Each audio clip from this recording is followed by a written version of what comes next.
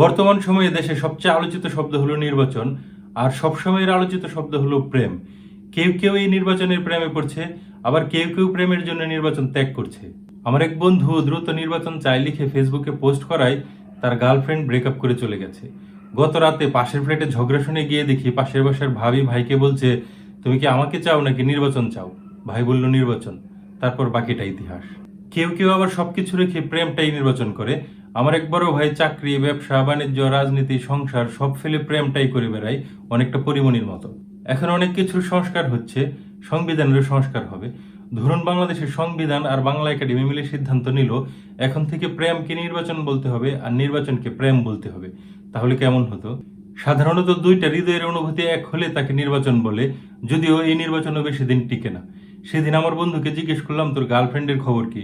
সে বলল, বন্ধু এই নির্বাচনটাও বেশি দিন টিকলো না, এখন নির্বাচন দ্রুত ভেঙে যাচ্ছে, একমাত্র মেহজামিনেরটা বাদে। নায়ক নায়িকাদের নির্বাচন সবচেয়ে দ্রুত ভাঙে। পূজা চেরি শাকিব খানকে বলেছিল, অপু বিশ্বাস আর বুবলির সাথে তোমার নির্বাচনের ফলাফল সবাই জানে, তাই আমি তোমার সাথে কোনো নির্বাচনে জড়াতে চাই না। নির্বাচন নিয়ে সবচেয়ে বেশি গল্প লিখেছেন হুমায়ুন আহমেদ, কিন্তু ওনার বেশিরভাগ ভক্তরাই ওনার শাওনের সাথে নির্বাচনটা মেনে নিতে পারেনি। অঞ্জনা ছিল মনির খানের প্রথম নির্বাচন।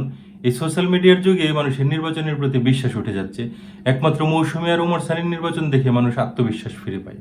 আমি কখনো নির্বাচন করিনি, আসলে আমার এই চেহারা দেখে কেউ নির্বাচন করতে রাজি হয়নি। আর যদি নির্বাচনকে প্রেম বলতে হতো তাহলে কি হতো? বাংলাদেশে এই পর্যন্ত 100% কারচুপি মুক্ত প্রেম কখনোই হয়নি। বিশেষ করে শেখ হাসিনার গত 2টা প্রেম ছিল অবৈধ প্রেম। এই অবৈধ প্রেমের জন্যই শেখ হাসিনাকে আজ দেশ ছেড়ে পালাতে হলো।